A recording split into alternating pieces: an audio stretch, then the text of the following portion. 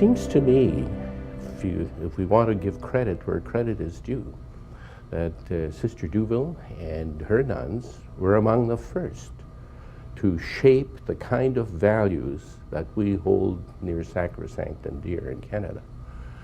Health care for all, regardless of race, religion, status, ability to pay. Sister Marguerite Duville was born in Varennes, Quebec in 1701. She led the life of a typical well-to-do woman of her time until her unhappy marriage to François Duville in 1722. She became a widow. She was in 1730. She was 29 years of age. She already had 5 children, 4 of which had died in infancy, and she was pregnant for a 6th one. And the moment she became a widow, she started visiting the poor.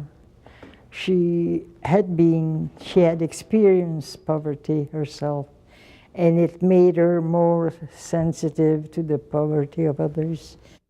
She was given a grace to realize what our Lord says in the Gospel, whatever you do to the least of my brother, you do to me. It seemed that she was caught up by that idea. She says, since I cannot give money, nor I can give at least my time and my effort and my work. Sister Marguerite and 3 followers consecrated themselves to the service of the poor in 1737. By the time the Sisters of Charity of Montreal were officially recognized in 1753, much had been accomplished. Marguerite and her sisters had taken over Montreal's General Hospital, completely renovated it, and opened it to anyone in need. She let nothing stand in the way of her mission of service, not political interference, not war, not even the destruction of the original hospital by fire. This was not afraid, of civil authorities, of church authorities. Was ready to stand and fight for the rights of the poor, of those in need. Nothing would stop her. By the time Marguerite Duville died in 1771, her tireless work had ensured the Grey Nuns were ready to expand beyond Montreal. They established the West's first hospital at St. Boniface in the new province of Manitoba. Today, St. Boniface General Hospital and the St. Boniface General Hospital Research Centre continue to thrive, powerful symbols of Sister Marguerite's enduring ability to inspire. En fait, il faut dire que Marguerite Duville nous inspire encore aujourd'hui, parce qu'on se demande souvent dans le travail qu'on fait, qu'est-ce que Marguerite Duville voudrait qu'on fasse dans telle et telle situation et comment elle a abordé les défis à son époque et comment on peut traduire ça aujourd'hui dans notre quotidien. Et je dois dire que malgré le fait que Marguerite Duville n'est plus avec nous depuis 2 siècles et demi, que nous sommes encore à nous interroger aujourd'hui quand on est devant des difficultés ou des défis, comment Marguerite Duville aborderait ces questions-là?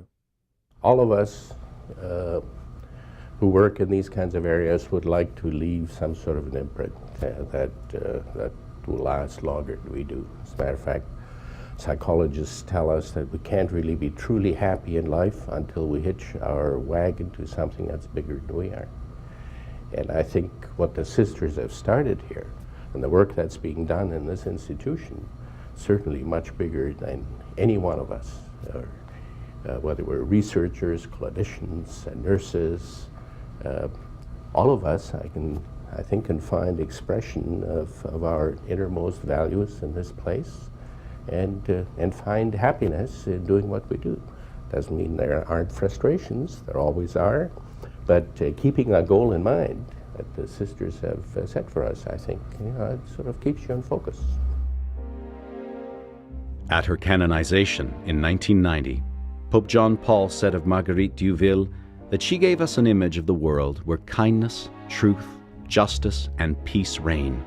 Through her life and work, she also proved beyond the shadow of a doubt that anything is possible. It's sometimes mesmerizing, if you want, or it's the awe that just the one woman surrounding herself with other women was able to contribute to society, the society then, and then as the years went on, to societies abroad. Her charism and her mission is spread throughout the world. Like, she's all over. Like, she's not only our foundress. I mean, she's a woman of her times and a woman for all. Margaret Duville is someone that inspires me. Like I've never been inspired in my professional life, I guess, because I sense in this hospital as I came to it that there was that little something special in St. Boniface General Hospital that definitely emanated from the Grey Nuns and from their foundress. More than anyone else, she has influenced and shaped the values that basically guide our healthcare system to the present day. I can't think of anyone who's contributed more in this field than Sister Margaret Duville.